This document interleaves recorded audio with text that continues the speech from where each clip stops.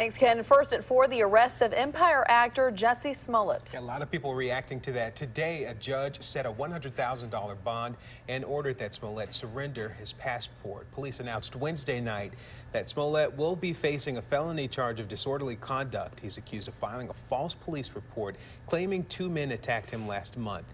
In a statement Thursday, 20th Century Fox Television says, quote, "We are considering our options when it comes to Smollett's future with Empire."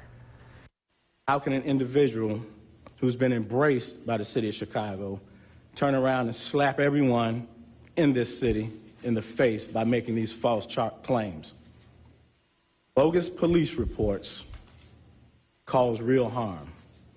They do harm to every legitimate victim who's in need of support by police and investigators, as well as the citizens of this city. If found guilty of the felony charge, Smollett faces up to 3 years in prison. WJTV 12's Katie Rowe talked with officials here to learn more about hate crime laws in our state. Katie, what'd you find out? Yeah, Terrence, the Jussie Smollett case raises questions about Mississippi's hate crime law. Currently, it does not apply to gender identity, sexual orientation, and disability. Efforts to change this have been unsuccessful. National attention is mounting surrounding the investigation into the alleged attack on actor Jussie Smollett.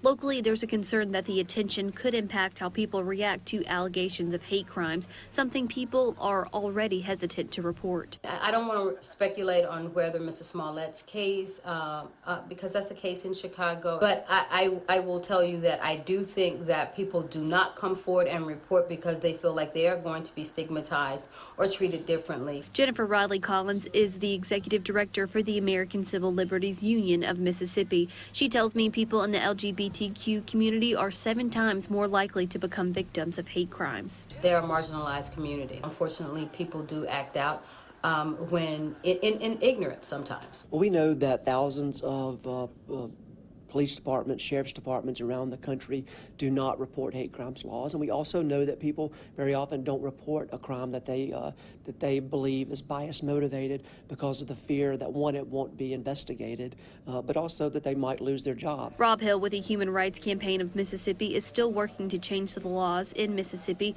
that don't include people in the LGBTQ community.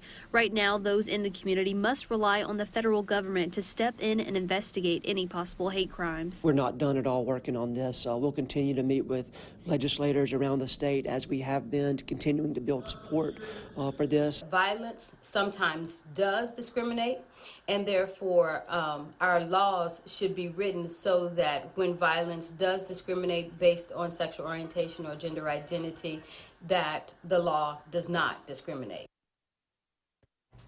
Now, there were 2 bills to change Mississippi's hate crime law, but both failed to get out of committee. This marks 2 straight sessions where the bills to change the state's hate crime law have died. In the newsroom, Katie Rowe, WJTV 12.